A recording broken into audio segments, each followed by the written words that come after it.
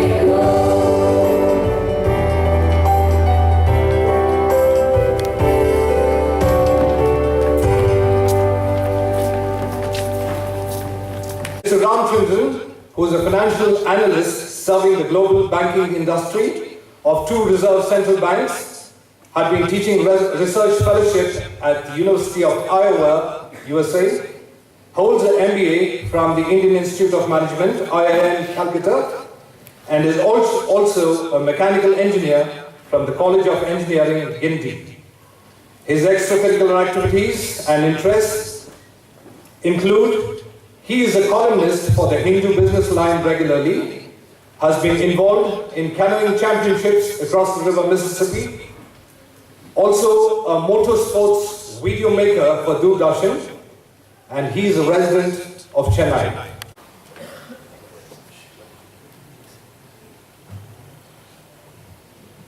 Good morning. It's an extraordinary honor to be amidst you this morning. A great Saturday, the 27th of August, 2016. It's an absolute pleasure.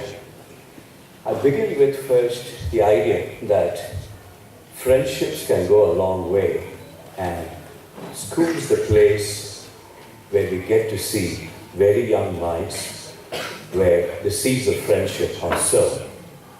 I've been fortunate to actually discover the joys of friendship all over again when I was 50 plus, when I met a Josephite by the name Lingam Ravishankar.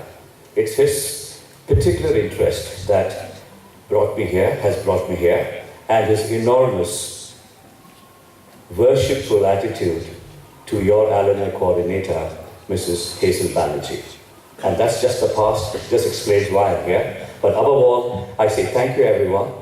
Brother Ramesh Amlanath, the principal of the school, teachers, and all students assembled here. I know I have a job to do. It's about motivation. And where do I begin? First, with my own sense of what motivation is all about. I came by a train, the Metropolitan Express, that brought me from Chennai Central to Metropolitan. Subsequently, I boarded a bus to get to Coonoor here. And why do I go there? The point is, a train requires a locomotive. Without a locomotive, there isn't anything called a train. You can furnish the train with everything you want, have all the comforts in every coach. But without the locomotive, the train is not going to move. So from the word locomotive, as I walked into the train, thinking of all the young ones that I'll be seeing this very special Saturday morning, I thought I should pick the word motive out of that first. Then I said, what happens now? You have a motive in life, you have an objective in life, And being at a school called St. Joseph's College, we all believe that it can be taken for granted that all motives are utterly, utterly moral, absolutely moral, in the eyes of God, in the eyes of people, and in your own minds, that we shall never have any motives beyond what's being described as being thoroughly moral. So we have a motive in life.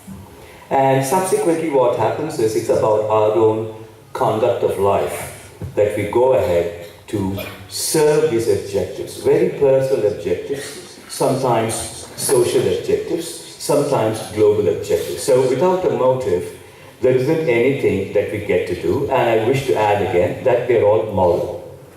It's at this juncture that then I said, there's something very great about a train. It's every child's particular desire to be at one point in time a train driver. Everyone loves driving trains. Then I realized, look, you can have a motive, a locomotive, you can have a train, but to make the train move, you need a train driver. All children, many, many thousands, millions. Driving a train seems to be a particularly fascinating dream when you are at your age. Now, I have an advantage. I have a 7th standard going son, much younger than you are, much younger, 24 months. And I became a father very late in life. But the point is, young minds tend to have a certain kind of fearless imagination. And your school is particularly gifted to have sets of leaders. It's about that I'm here, the Darcy Memorial Lecture, people who have sown the seeds, for a glorious tradition where the path is being lit, set, like a train without have brakes. And this journey begins at school with young minds such as you. And I said, when I have an advantage like you, like having a son who's just about 12 years old, I believe that young people tend to actually teach others what it means to be fearless. So let me begin my part here. Your school diary has a couple of lines which say this: man is made by his belief. As he believes, so he sees. I thought I would be bold enough to add one more line.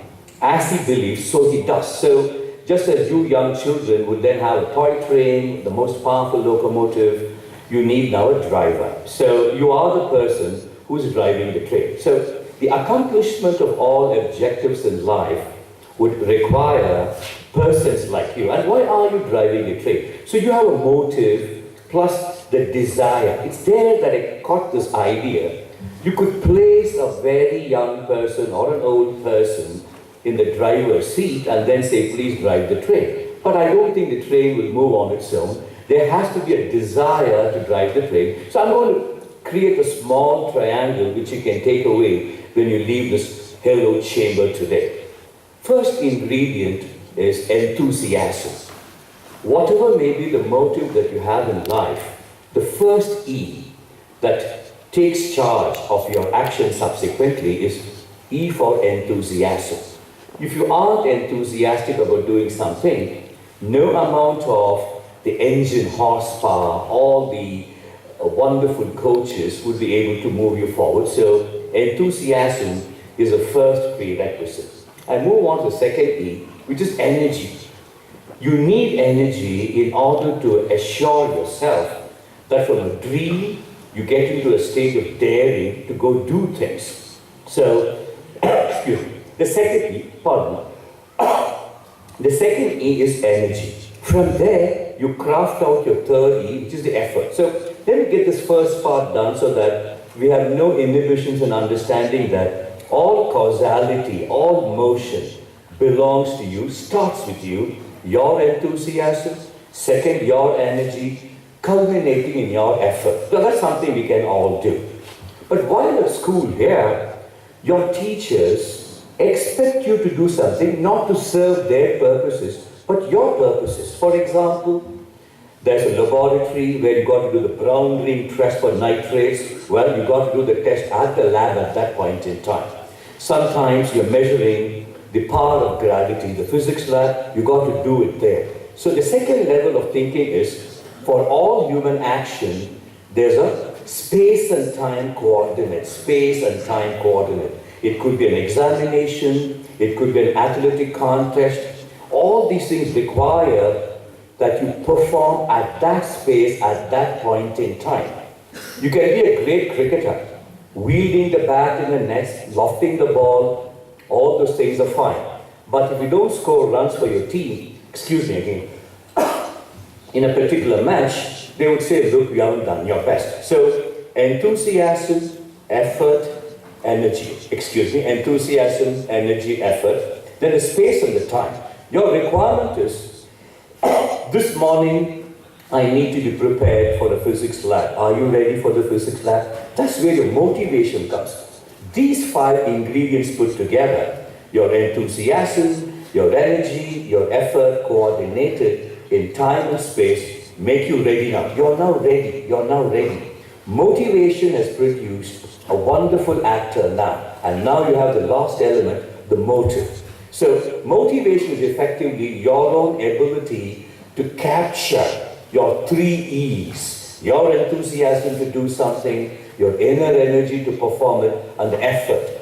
The mind, the intellectual, and the physical action to do those things. And where do you perform it? At a certain designated space, at a certain designated time.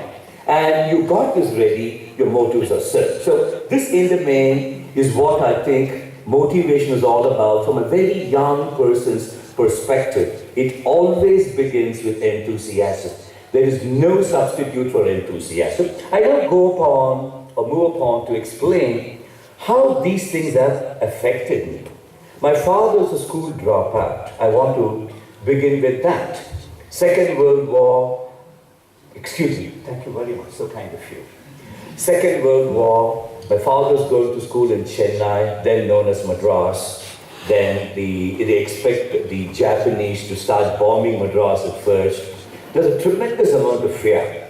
And they say, look, we wish all these families should leave the city and relocate to wherever they can. It was called evacuation. And my father was in the 9th grade at that point in time. And they were evacuated. They had to live in a village. When they came back, they found out that some of the teachers weren't ready to teach again. They had to be evacuated and the school stopped working. Unfortunate, but the school stopped working. And living was very difficult. I mean, when you move away, you come back, your jobs are not there. So my father decides, this is 1946 now, my father decides that going back to school is ruled out, though he was very enthusiastic, he had the energy, he was prepared to put in the effort, but the time and the space part, not in his control, disallowed him to do that. So what does he do? Very boldly, he says, look, I'm not going to be a victim of my circumstances. You will have to keep that in mind. Never ever be a victim of your circumstances. So what my father does is, takes a train with 6 rupees in his pocket, okay, and comes to Bangalore, the Army Services Center. You can still see it in Bangalore. He gets a job as a person who cleaned trucks to start with. Okay, he's only 17 years old, he can't drive yet, so his job is to clean trucks, the army trucks. And he was still the British Indian Army, it's not the Indian Army. And when he's ready, he starts driving trucks, driving tanks, and he does very well. A school dropout, not being a victim of his circumstances, says, look, these are skills which I can learn. And within a couple of years, he's bang into it, India becomes independent, and everything is fine. I'll cut the story. We'll now go to 1962. The India-China war, and India is not doing too well. And Sam Manekshaw, a good friend of my father, and my father doesn't know him. Okay, this Bagdogra airport, old Bagdogra airport. Sam lands in an aircraft. India is all frightened. What do we do? How do we handle this war? 600 of them arranged at the airport. Some of them combat guys, some of them non-combatants, they're all there. Sam comes out and says, hey guys, how are you all doing? Very cheerful guy, okay? You're getting pounded in the war, but Sam comes out and says, hey guys, how are you all doing? I need a driver, I need somebody who can drive a truck, a tank, and speak English and Hindi. Is there anybody ready? Within a second, my father steps forward. Amazing moment, he says. I didn't know who else would step forward. He stepped forward. One of the things that you see, I know that you have the Gandhi House, Azad House, Tagore and Prasad. Never give up, step forward, be very bold. Trust yourself. And Sam says, hey man, what's your name? Okay, the rest is history. They become great friends. And when my father told me the story after returning from war, I said, Dad, this is amazing. You're so motivating. So motivation comes from your own ability to gather all your inner energy, stand up to that moment and say, I can deliver. You're not looking at the other 599 people. 600 were arranged in a little rectangle. You don't wait for somebody else to find out whether they're going to come forward. You don't see contest in life. You see competitiveness in life. You're never competing with any other person. What you are doing is working towards fulfilling your own aspiration. I'm going to stop here to bring three things now. If fulfilling your own passion, your own inner needs, is what ultimately defines motivation, what are the three forces that could stop you from doing it? I need to talk a bit of cricket. Consider the word risk. R-I-S-K. R-I-S-K. Everyone thinks risk means losing something. Okay, they always say the risk of rain, the risk of earthquakes, the risk of famine. But in your mathematics classes, to which you should be going very attentively and fondly and most enthusiastically, your mathematics teacher, your statistics teacher will tell you that risk is the chance that the actual value of a random variable is different from the expected value. It never talks about a loss, failure, not having successful outcomes. It doesn't say that. It's just different from what you expected. So I wish to talk to you about a wonderful cricketer called Virendra Sehwag, an utterly risky cricket player. In Test cricket, he has 16 ducks, utterly atrocious. Nobody would like it. But then you say, Viru, you're such a nice guy. You got 16 ducks. Why is Ramachandran talking to you about at St. Joseph's College? Then Viru says, you know what? When you list all the cricket scores, Test cricket scores, the top three belong to him. 319, 309 and 293. The top three test scores in Indian Test cricket belong to Sehwag, not to Sunil Gavaskar, not to Rahul Dravid, not to Ganguly, not to Lakshman, and not, of course, to Sachin Tendulkar. So you can be a very ordinary guy, you can be a very risky guy, but when the time comes, there lies in you that extraordinary enthusiasm to achieve a motive. Three scores, three top scores. Then he had one more point. There are only 4 cricketers in the world who have 2 300s.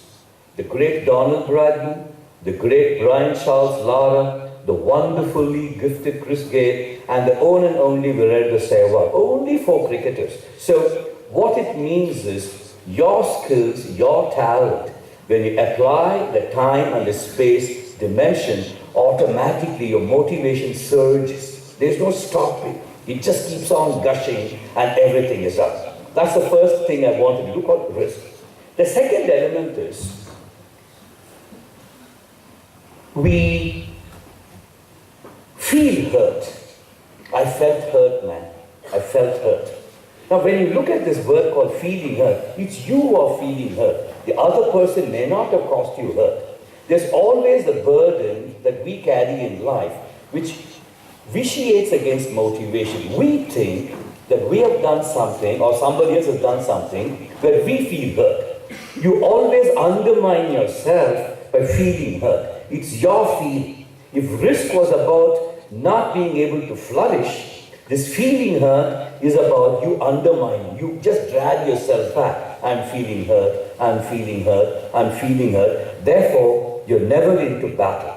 The third part is finding fault. Notice here, it's again an active activity from within yourself. You find fault, not somebody else. Okay? You went about wasting your time finding fault. You went about doing things, wasting time, feeling hurt. You went about doing your things, feeling risky. At the end of the day, you never really get the constructive time to put your best energy forward to achieve your motives. That's the first part here. I've got some more examples here. Let's consider Usain Bolt, an amazing chap, a Jamaican. 3 Olympics, okay, you got 8, 12 and 16. The 100 and the 200 are his. It takes a lot of work. But why did they bring Usain Bolt's name? In 1988, there was another Olympian from Canada, a guy called Ben Johnson, who won the 100 meters dash, but using drugs. They found out the race was his, but they found out that Ben had cheated. Now, why do I bring Hussein's name and Ben's name in the same breath? This is about cheating.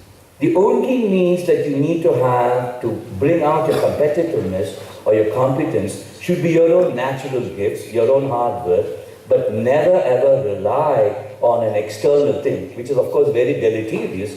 But Ben Johnson captures my image of a guy who rose only to let himself down, who rose all the way to the top to let himself down. With that, cricket and athletics are over. I want to talk about a little more, a young lady called J.K. Rowling, a wonderful author of the entire series of books, Harry Potter. Harry Potter. What can the world be without Harry? J.K. Rowling's books were all completely, no publisher wanted her books. They said, ma'am, completely irrelevant. We live in a world, you're foolish. So she could have had two ways to choose. One, sulk, sit in a coffee bar, keep drinking all the coffee, worrying about who would ever buy her stories, and then print them subsequently. The other was, be persevering, be persevering. If you thought you had your belief in your talent, if you thought your motive would be best served by you trying it once more, give it that shot, okay? So let's consider a canvas. Not every picture was painted right first time. I say that again. Not every picture was painted right first time. A picture comprises many, many strokes, many, many dots. You can go wrong a couple of times. You can always correct them. That's what J.K. Rowling always tells me, that never ever be put off by your own failure or the impending failure. It's very likely that the next publisher would also say, ma'am, sorry, some other place. So never shortchange yourself. If Ben Johnson is all about cheating and therefore compromising your morality, J.K. Rowling is all about saying, keep trying. A picture is worth thousands of strokes made up of many, many dots. One dot is not going to complete the picture. Keep trying all over again. To end my talk, I have two further examples from this wonderful state of Tamil Nadu. An absolutely unlettered Kamaraj who became Chief Minister of then Madras State. He was held up as the best example of a leader who understood what people needed. And he stayed on as Chief Minister until he resigned on his own under what was then known as the Kamaraj Plan. An amazingly dedicated leader. In order for you to actually get the motivation to serve society, you need the dedication. You will not be put off by your own, let's say, lack of education. Kamaraj wasn't the greatest looking person. He looked very ordinary, but heart of hearts, he had all the skills and the motivation to deliver. And finally, can anything be over in Chennai, Tamil Nadu, Coonoor, Bangalore without talking about Rajinikanth? We live in the era of Rajinikanth, a wonderfully talented film actor. Starting from the time he was merely a bus conductor, not a day was wasted by young Rajini at that time in order to do what his passion wanted him to do. Be in films, which he did. And such a wonderful career he's built for himself, all based on the inner fuel. Okay? Let me now finish it from this side onwards. We live in this world with our own inner fuel. It's our fuel. Nobody can refuel you or take away your fuel. That's very important. Second, your stature comes from your actions. Kamaraj was not born with any stature. He built his stature by his actions. Right? And in between, never be put off by any failures. J.K. Rowling is our example. Never cheat, Ben Johnson. If you are motivated to achieve the most important moral objectives, you will be completely playing straight. There's no question of a departure. About risk, Sehwag, I would urge you to go to espncricinfo.com, go to Stats Guru, keep keying and wherever the Sehwag, look for test scores. You'll be amazed to find out that the top 3 test scores belong to Sehwag. Lastly, I'm a child of a school dropout. What did I do in life? I dropped out of school, father dropped out of school. Then I realized, look, education is that point in time when you get to see young minds, people who can inspire. Not everybody is going to be a physicist. Not everybody will be a doctor. not everybody would be an engineer, incidentally, A.R. Rahman is from my school. He dropped out of school, okay? He had to earn a living by playing the keyboard, and the school didn't want him there. Amazing, okay? So not everybody would be an A.R. Rahman, not everybody would be a S. Badrinath, Murli Vijay, they're all from the same school here. But the point is, in you lies a particular talent. Not everybody would be an engineer, not everybody would be a cricketer, but in you would lie a very important talent that you will nourish, and the only motivation in you to have is serve your inner need above all. Nothing else matters. Your motivation is your motive, and together with enthusiasm, energy and effort, may you all flourish. Thank you very much. Thank you, sir. Any questions, please?